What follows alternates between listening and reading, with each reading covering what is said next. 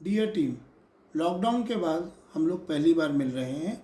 आप लोगों ने देखा ही होगा, लॉकडाउन में लगाई गई तमाम बंदिशें अब ख़त्म कर दी गई हैं और फील्ड में मूवमेंट काफ़ी बढ़ गई है।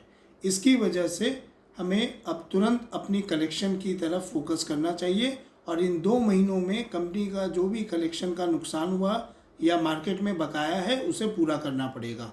आप लोगों को ज्ञात ही होगा कि कंपनी का करीब करीब रोज़ का 1.25 करोड़ रुपए के करीब का डिमांड रहता है। यानी इस लॉकडाउन पीरियड में हमारा करीब 120 करोड़ रुपया मार्केट में बाकी है। हमें तुरंत और जल्द से जल्द इस कलेक्शन को पूरा करना होगा। इसको पूरा करने के लिए कुछ बातों का ध्यान रखें। सबसे पहला पॉइंट है रिक्रूटमेंट।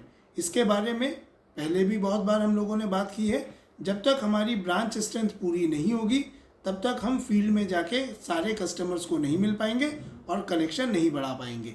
इसके लिए सबसे पहली ज़रूरी बात है ये है कि आप अपने ब्रांच में क्लाइंट केस लोड के हिसाब से 4 से 5 कम से कम आरओ प्रति ब्रांच ज़रूर रखें। दूसरी चीज़ जिस पे हमें ध्यान देनी है वो है अनमार्क्ड क्लाइंट्स। यदि क्लाइंट किसी भी ब्रांच में अनमार्क्ड रहा तो वो किसी स्टाफ की डिमांड में नहीं दिखेगा और डिमांड में ना होने की वजह से कोई उससे मिलने नहीं जाएगा, कोई उसको कॉल नहीं करेगा और वो कलेक्शन नहीं आएगी। तो ब्रांच हेड की सबसे पहले जिम्मेदारी है रोज़ एक बार आप सेल्स ऐप में अनमार्क्ड क्लाइंट्स देखें और उनको स्टाफ पे मैपिंग करें। तीसरी बात जो हमें ध्यान देनी है वो है कलेक्शन के लिए कृपया रोज़ का प्लान बनाएं। एक प्लान होगा आपकी डेली डिमांड जो है वो तो हमें पूरा ही करना है, साथ में हमारी कोशिश होनी चाहिए पुराने हमारे जितने भी अरियर हैं उनके लिए भी हमें कलेक्शन का प्लान बनाना पड़ेगा। ये बेहद ज़रूरी है। अंग्रेज़ी में एक कहावत है, early bird gets the worm. इसका मतलब जो चिड़िया सुबह सबसे पहले निकलती है उसी को खाना मिलता है। आप जानते हैं हमारे ये कस्टमर केवल हमारे कस्टमर नहीं है बल्कि इन कस्टमर ने बाकी कई एमएफआई और एनबीएफसी कंपनियों से भी लोन लिया है। लॉकडाउन खुलने के साथ ये सभी कंपनियां अपनी किस्त लेने के लिए इन कस्टमर से मुलाकात करेगी। उस समय जो कंपनी और स्टाफ इन क्लाइंट्स को पहले पहुंच पाएगा उनकी कलेक्शन जल्दी हो जाएगी और बाकी कंपनियों को कलेक्शन के लिए वेट करना पड़ेगा। इसके लिए कलेक्शन की प्लानिंग बनाइए।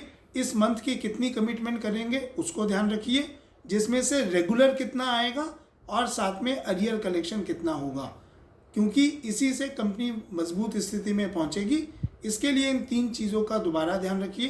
पहला रिक्रूटमेंट, दूसरा ब्रांच में कोई भी अनमार्क्ड क्लाइंट ना हो और तीसरा कलेक्शन की प्लानिंग रेगुलर और अरियर की ज़रूर करिए। साथ में जितने हमारे अरियर कस्टमर्स हैं चाहे वो एनपीए हों उन पे एक बार विजिट ज़रूर करें, जिससे उनकी वित्तीय स्थिति को आप समझ सकें, आर्थिक हालात कैसे हैं और वो कब और कितना पैसा चुका पाएंगे।